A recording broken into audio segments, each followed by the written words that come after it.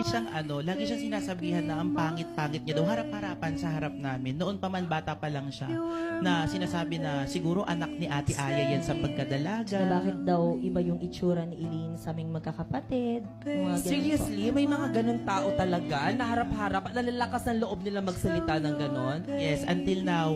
Uy, naiiyak si Elaine. Elaine, sorry kung natatakal to ngayon ha.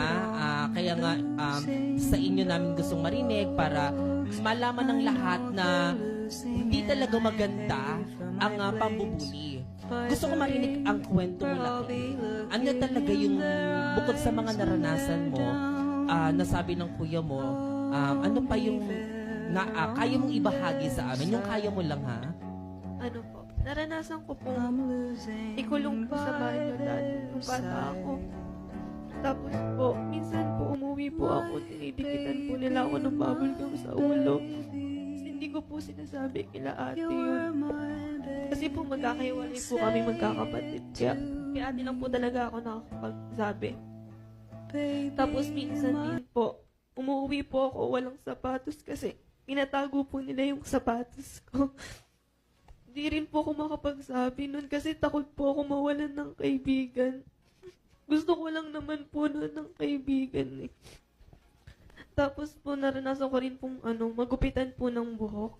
Tapos kinukuha po nila yung baon ko. Ganun. Minsan po uwi po akong gutom. Yung inipon ko po dati na dapat ipangregalo ko sa ate ko. Yung pera po na inipon ko. Kinuha po nila. Inaano po nila ako na daw po ako magsumbong. Ganito, ganyan. Okay. Elaine, salamat. Na ginawa ni Shelleen para sa inyo, para sa family nyo, and yung mga linya.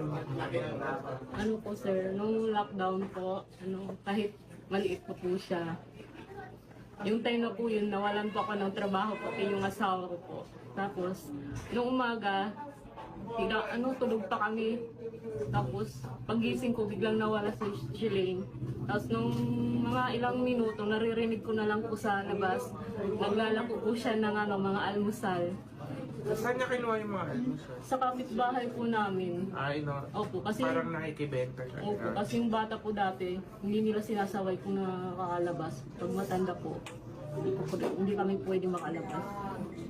Ganun po. Tapos nung pagdating naman ng hapon, nagulat na naman po ako, biglang nawala. Ano po, po siya, nagbabasura bahay-bahay po. Tapos pagdating niya po, may dala siyang bigas at saka ulam.